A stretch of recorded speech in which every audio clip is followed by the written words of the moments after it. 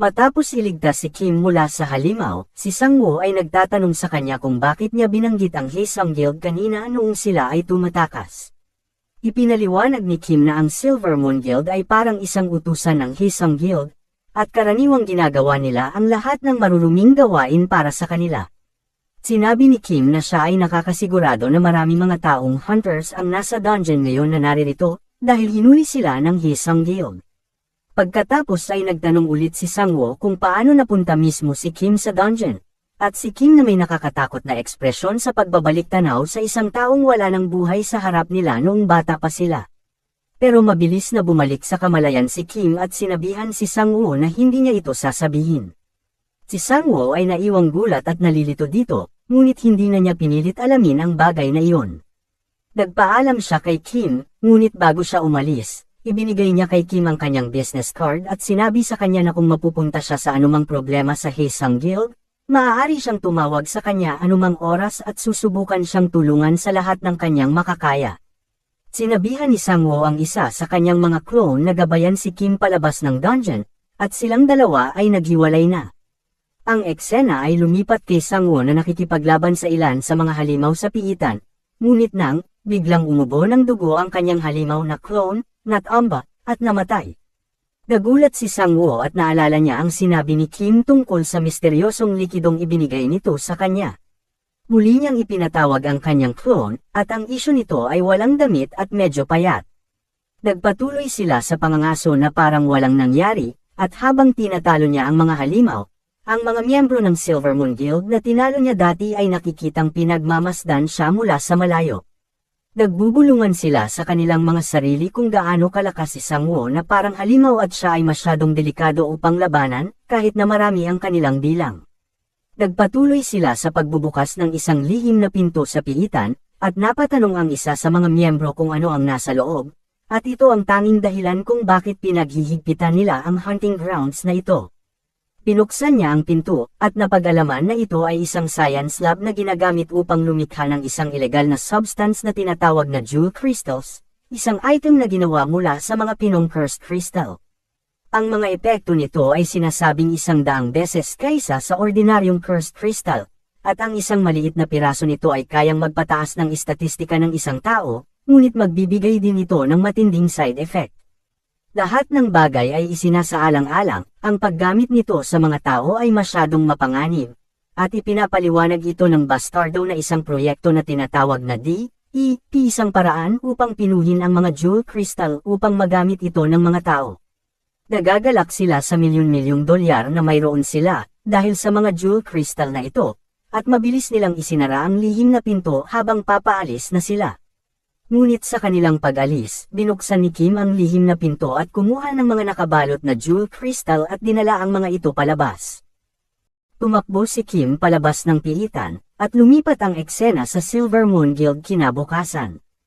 Galit na galit sila sa nagnakaw sa kanilang mga produkto, ang isa sa mga miyembro ay hinawakan ng leeg ng isang gwardya at sinisigawan siya, hinihiling sa kanya na ipaliwanag kung paano nangyari ang mga ganitong bagay. Ang gwardya ay galit na sinasabi na ang tanging tao na maaaring gumawa nito ay si Sang-woo, at naalala ito ng bastardo. Lumipat ang eksena kay Park Won-tae na ipinapaliwanag ang Tower of Odin, isang S-class dungeon na kahit ang pinakamalakas na hunter ay hindi nakayanan nito. Hindi mabilang na mga hunter ang sumubok at sinusubukan itong muli upang i-clear ang dungeon na ito, pero walang nakabalik dito ng buhay maliban sa isang misteryosong hunter na tinatawag na George Lucas. Ipinaliwanag ni Park na ang kanyang kapatid na babae at ang kanyang team ay kasalukuyang na-trap sa mismong dungeon na ito.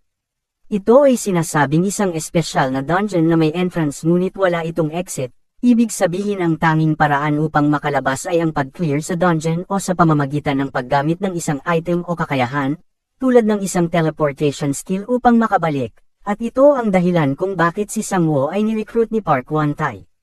Nag-aatubili na ikinwento ni Park ang kanyang nakaraan, at ang eksena ay napunta sa isang flashback tungkol sa mga pangyayari na humantong sa kanyang kapatid na babae na natrap sa piitan. Sa taong 2005, 5 taon pagkatapos ng malaking sakuna na sumira sa mundo. Isang 16 anyos na si Park Won-tae ang nakitang nakikipaglaban sa mga halimaw habang pinoprotektahan niya ang kanyang kapatid. Sa panahong iyon, ang 9 gulang na kapatid niyang babae na nagngangalang si Park Yuna. Ipinapahayag na ang kanyang kapatid na babae ay may espesyal na kasanayan na nagpapahintulot sa kanya na lumikha ng subspace na storage, na maaari niyang ilagay ang anumang bagay doon ng walang kahirap-hirap. Sa paglipas ng panahon, kasabay ang paggamit sa kanilang mga kasanayan, nagawa nilang mabuhay hanggang ngayon. Ang eksena ay mabilis na nagpatuloy at lumipat na nasa hustong gulang na sila, kung saan si Wantai ay naging guildmaster para sa Kinis Guild at si Yuna ay naging leader sa pinakamahusay na team dito. Dito, nag-aaway sila tungkol sa kinakailangan nilang pumunta sa Tower of Odin, at si Yuna, kahit na nag-aatubili si Wantai, na sinasabi niyang hayaan ang kanyang team na sila na lamang ang mag-clear dito. Ipinahayag ni Yuna na ginawa na niya ang lahat ng kinakailangang paghahanda gamit ang kanyang kasanayan, at tinitiyak niya kay Wantai na babalik sila kung sa tingin nila ay masyado nang mapanganib doon.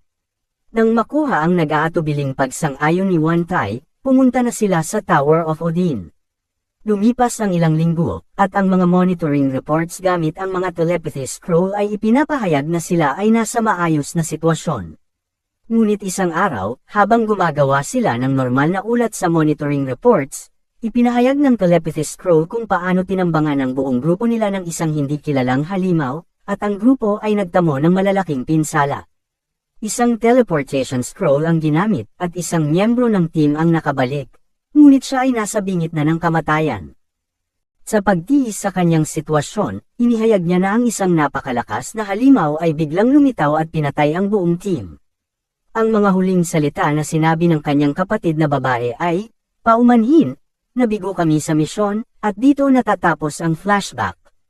Ipinaliwanag ni Park Wantai na mula noon, sinubukan niyang mag-recruit ng hindi mabilang na mga hunter upang tulungan siya, ngunit wala sa kanila ang nais na tumulong, hanggang sa nakita niya si Sangwoo sa kanyang harapan. Nang makitang kumpleto na ang lahat ng paghahanda, gusto niyang magsimula na ang misyon. Lumipat ang eksena sa Guildmaster ng Silver Moon, na binubugbog niya ang isang low-rank member dahil hinayaan nilang manakaw ang kanilang produkto. Siya ay galit na galit at gustong maghiganti sa taong nagnakaw ng produkto at hinihiling na hanapin nila si Sangwoo, sa paniniwalang siya ang nagnakaw ng mga jewel crystal. Dito, ipinakilala sa atin ang bagong karakter na si Kang Chung Sang, ang vice leader ng Silver Moon Guild, at ibinigay sa kanya ang tungkuling hanapin si Sangwoo. Lumipas ang araw, at makikita natin sina Sangwoo at Mr. Kang na nag-uusap sa isa't isa tungkol sa misyon, at iniisip nila na may inililihim si Park Wantai na impormasyon mula sa kanila. Pinag-iisipan nila kung bakit ipinadala ni Wantai ang kanyang mahuhusay na mga hunter sa isang dungeon na malakas, at nag-iisip sila sa kung ano ang inaasahan ni Wantai na makukuha mula rito. Naputol ang pag-uusap nila nang madatnan nila si Kim na natutulog sa harap ng gusali ng ahensya.